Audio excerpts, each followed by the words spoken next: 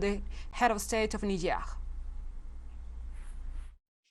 Ladies and gentlemen, Mr. President, first of all, allow me to address to you my warm congratulations, and I wish you every success on your outstanding election to the presidency of the 77th regular session of the General Assembly of the United Nations Organization.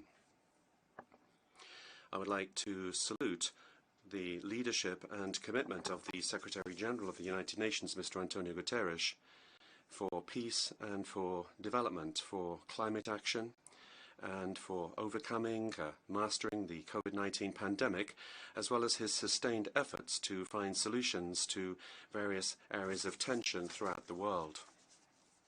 Mr. President,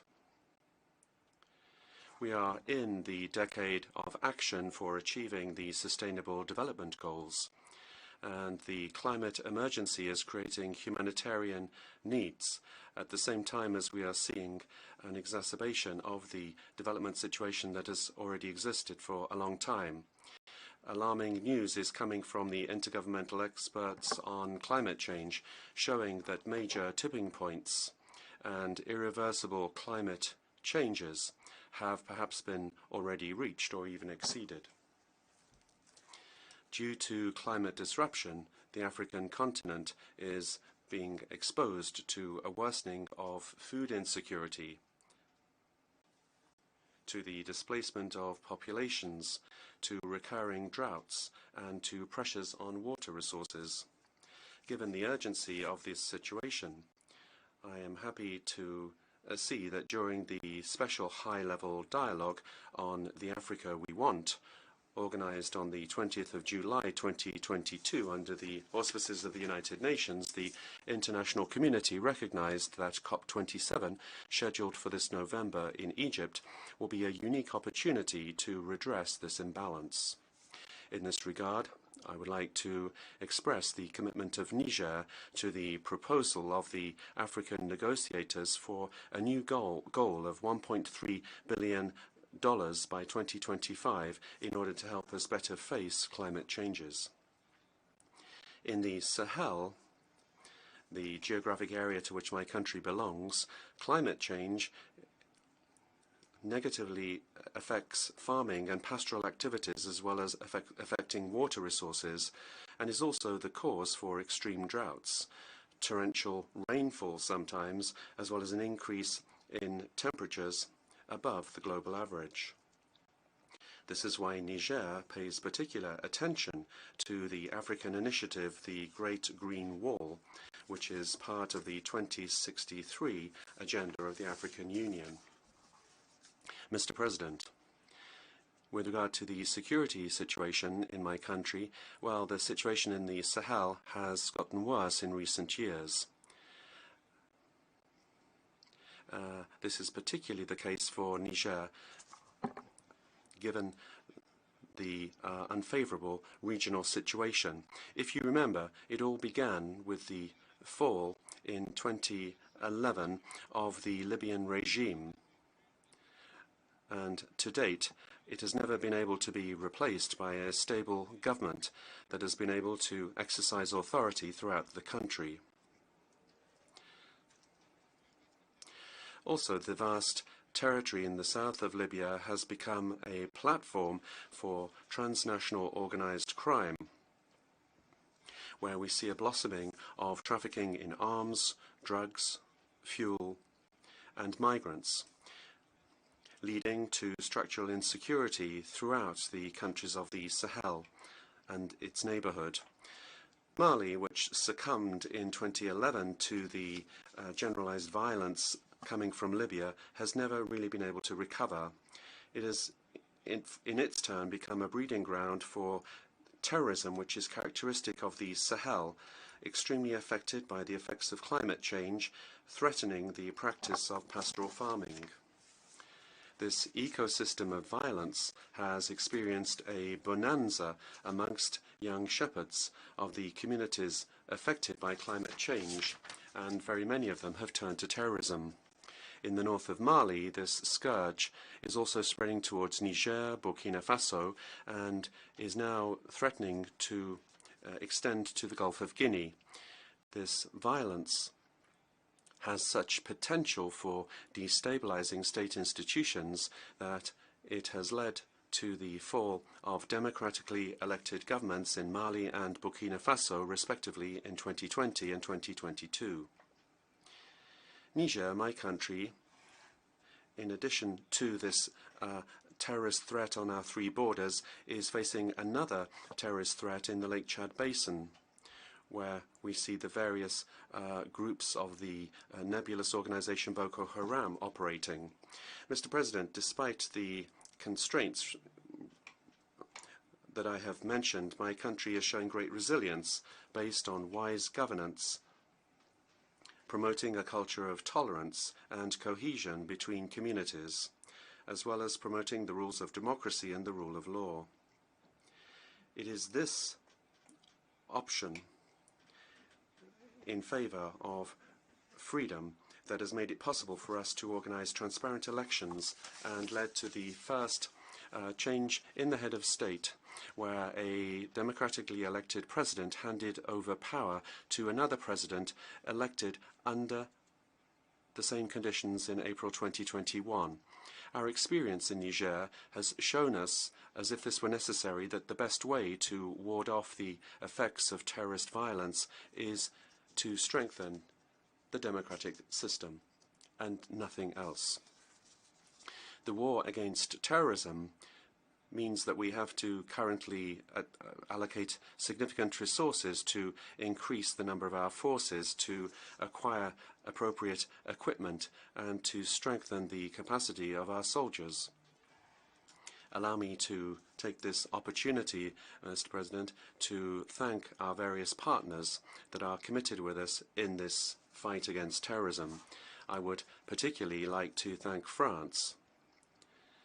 Their action through Operation Barkhane represents a major asset in the balance of forces vis-à-vis our enemy. I would also like to thank the United States of America, the Federal Republic of Germany, as well as the other countries that are working alongside us in various ways, all of them equally helpful.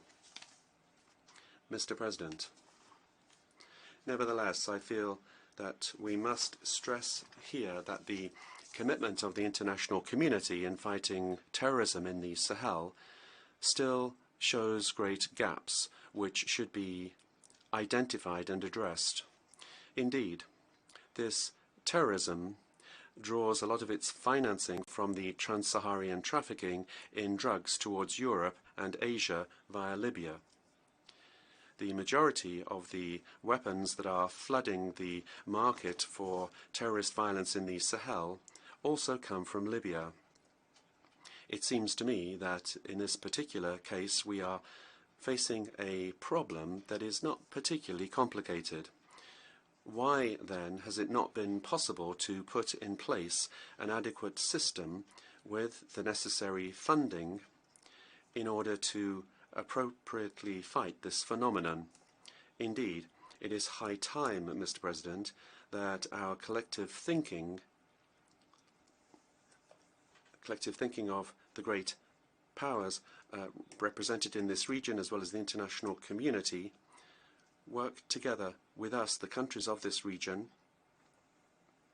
so that together we can start thinking in a much more focused way about how we can define action that will be effective in fighting drug trafficking and arms trafficking in the Sahel. Mr. President, despite the great challenges that we face, as described above, Niger remains a robust and stable state, underpinned by democratic institutions, resolutely committed to the fight against poverty and in favor of development. Our deep conviction in this regard is that the genuinely most effective way to fight poverty is by promoting the educational system. The development challenges for Niger can be summed up by the following simple figures: an annual population growth rate of 3.9%, an average fertility rate of, on average, 7 children per woman, the first pregnancy for around 50% of girls before the age of 15 years, with half the population being around 15 years old. These statistics tell you a lot about the failure of our education system, and that is why we are committed to act resolutely in order to improve matters. Also, the program for which we have been elected by the people of Niger is to act to improve access to education as well as the quality of education. With regard to quality, we have decided to stress in particular the quality of teacher training and to make the job of teaching much more professional. With regard to improving access, our policy stresses the building of school infrastructure. Another aspect which is particularly important that I would like to stress as part of our educational program is gender equality and building boarding schools for girls in rural areas. Given the situation in rural areas where pupils are a long way away from their parents, sometimes it stops girls pursuing their education. And very often when they leave education, they are married off, and not included in some of the statistics I mentioned earlier on. Boarding schools give them peace and quiet and security and the conditions to continue their studies with the possibility to stay at the school and to acquire academic and vocational skills that they will need there. The scaling up of boarding arrangements in rural schools, whilst contributing to improving the performance of the educational system, also helps to reduce the rate of population growth. Mr. President, the reason why I have stressed our educational policy, after having spoken about climate change, terrorism, and lack of security in the Sahel, I did this because these three issues, demography, insecurity, and terrorism, are very much linked. Terrorism operating in the Sahel today is linked to the living conditions for certain communities where the environment has been significantly affected by climate change. The Sahel, moreover, in recent decades is an area that has seen a particularly high spike in population growth. These two phenomena combined, population growth and the worsening of the environment combined, have led to regional disorder following the collapse of the Gaddafi regime in 2011, and has contributed to the chaotic situation being experienced by countries in the region. This is why, for the United Nations and for the international community, becoming emotional and speaking about terrorist violence will not be enough. We have to act by investing in the resources that we need in education in order to fight the violence of today and prevent the violence of tomorrow. Thank you very much, Mr. President. On behalf of the Assembly, I wish to thank the President of the Republic of the Niger for the statement just made. We were watching live the statements of Mohamed Bazoum, President of Niger. Bazoum referred to the security crisis in his country that experiences after the fall of the Libyan regime and the subsequent eruption of armed illegal movements in the region, such as Boko Haram, piled up onto the climate change hardships, which hinders regional development. Bazoum